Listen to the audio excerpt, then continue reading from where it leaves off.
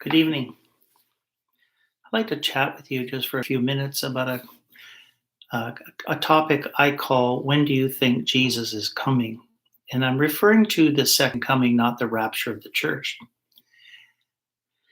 I thought about this the other day. I was discussing with a good friend about people's individual opinions on when, based on the signs that are in the Bible and also the times that we live in and the events of the world and what's happening around us. The frequency of these events is happening at a more intense kind of way, and certainly the events are happening in a very accelerated way. And ever since the coming together as a nation for Israel in 1948, the signs in the Bible about the end times and the soon coming of Jesus are starting to line up and be in place. I know in the Middle East, right now, all the players are in place for what looks like is going to be an imminent war at some point, possibly in the balance of 2021 or maybe 2022. When you look at Bible chronology and you look at the time frames in the Bible from Adam to Christ was 4,000 years, and then we know about the last millennium that happens from the second coming of Christ to the great white throne judgment. When you put those two time frames together, that's 5,000 years in total, 4 from Adam to Christ and 1 millennium from the second coming until the great white throne judgment. And what's been caught right in the middle is the 2,000 years of the church age, which brings us pretty much from the ascension of Christ in 30 AD, or as close as we can estimate it. When you add the 2,000 years for the church age, that brings us to 2030, and here we are sitting in 2021.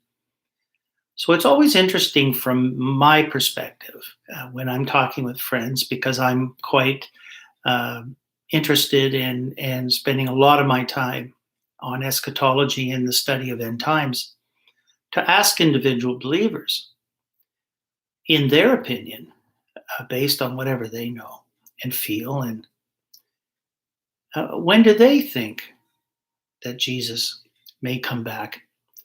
And we're talking about his second coming. And the scripture that's always quoted, people always start with a default defense that says, well, and this is where it's misquoted, we're not to know the day or the hour when Jesus is coming back. And the truth of the matter is, it's not that we are not to know it. It just simply says back then by the writer in the Bible that no man knows the day or the hour. And certainly as we get closer to that day, Revelation is becoming clearer and clearer to us. The book of Daniel was shut up and closed for almost 20 centuries. And now as we approach the end time, the books are being opened and Revelation is becoming much more ready and understandable. And we can now see a little more clearly what the prophets were saying. And so it's not that we are not to know them.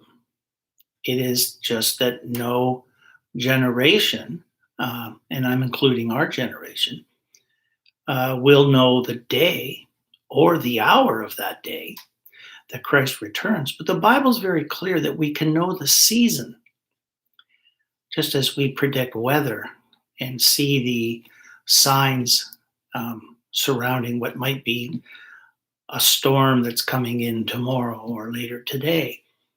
There are signs in the Bible that point very clearly to those that are interested in checking it out, that he wants us to know. He's given us signs so that we can know, so that we can be prepared. And not just ourselves as believers, but to let the world know, and other believers, of course, let them know that we are near that end time. The warning has to go out. There has to be people committed to taking that message out there and preparing them, because the date is getting very close. I was thinking about this in another kind of context. You ask people, when do you put your snow tires on every year? And for some people, that would be, maybe even after Thanksgiving, people start to think about it and get out their snow tires, and because they know winter, well, based on the weather and the cooling of temperatures and everything else, the leaves have turned color. They know that the next season coming is winter.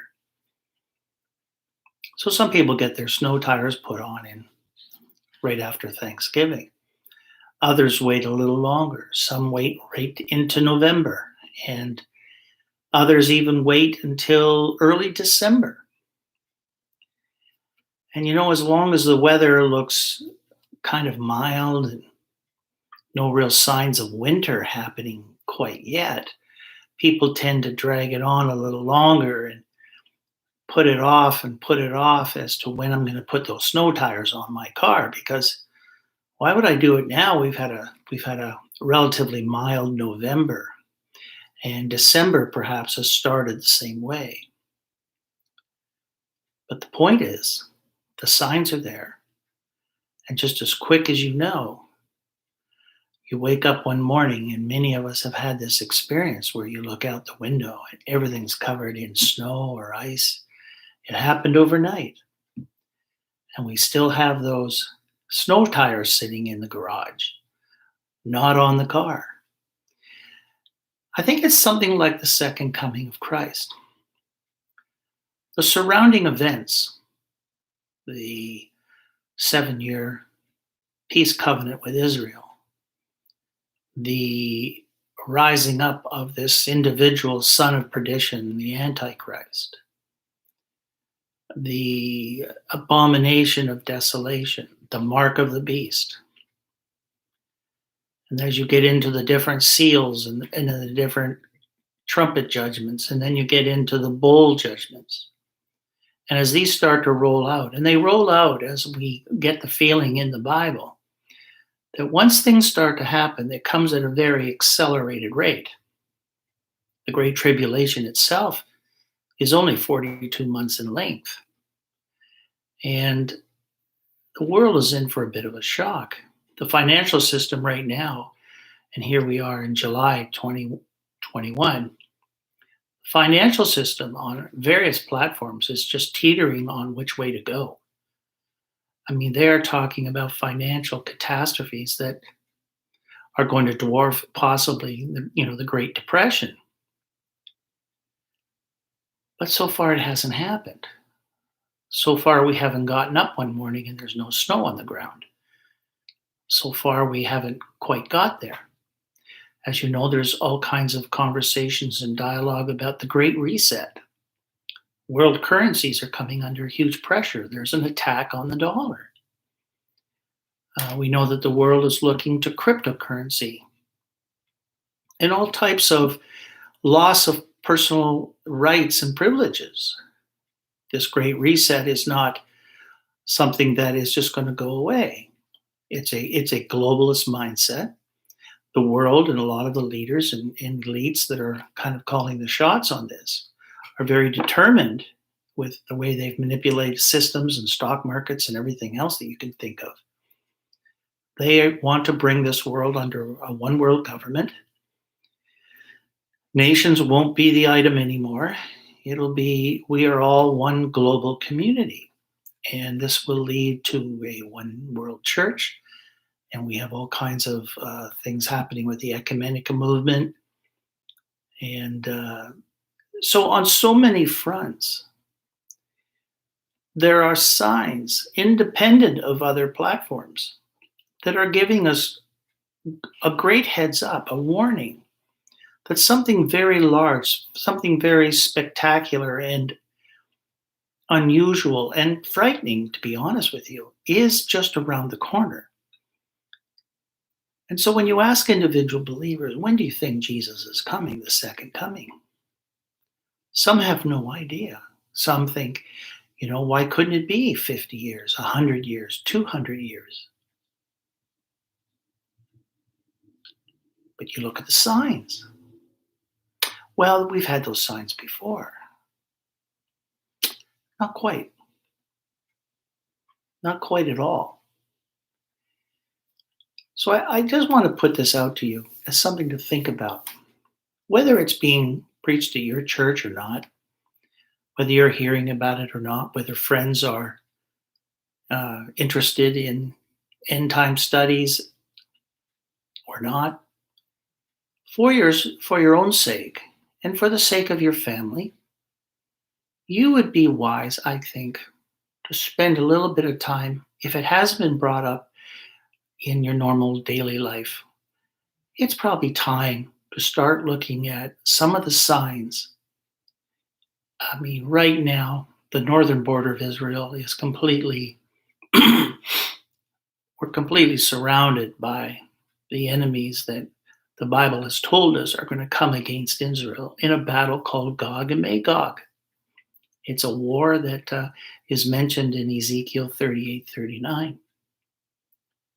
They're already poking each other. The uprising and the battle with Gaza was just a start. The real battle is coming, and all the players are in place. And yet, this isn't even being mentioned in many pulpits. So, I just want to encourage you, give some thought to when in your mind and heart you believe Jesus is coming. Somebody said, as long as we're ready, that's all we need to do.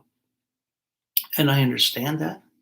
But I think it's really prudent that we make ourselves aware of the details and what Bible prophets and others have said about these days. And if the signs are there, if they're already in place, then maybe give some thought as to how we need to prepare our families, prepare our neighbors, coworkers, for some really dark and changing days. And not looking negative at the time. You're being very, I would say, proactive in letting them know that the Bible has already made it clear to us, has already given us great warnings about these days that are coming. And God gave us those warnings out of love to give us a heads up. So God bless you. I just wanted to pose the question, when do you think Jesus is coming? And we're talking about his second coming. God bless you. Bye-bye.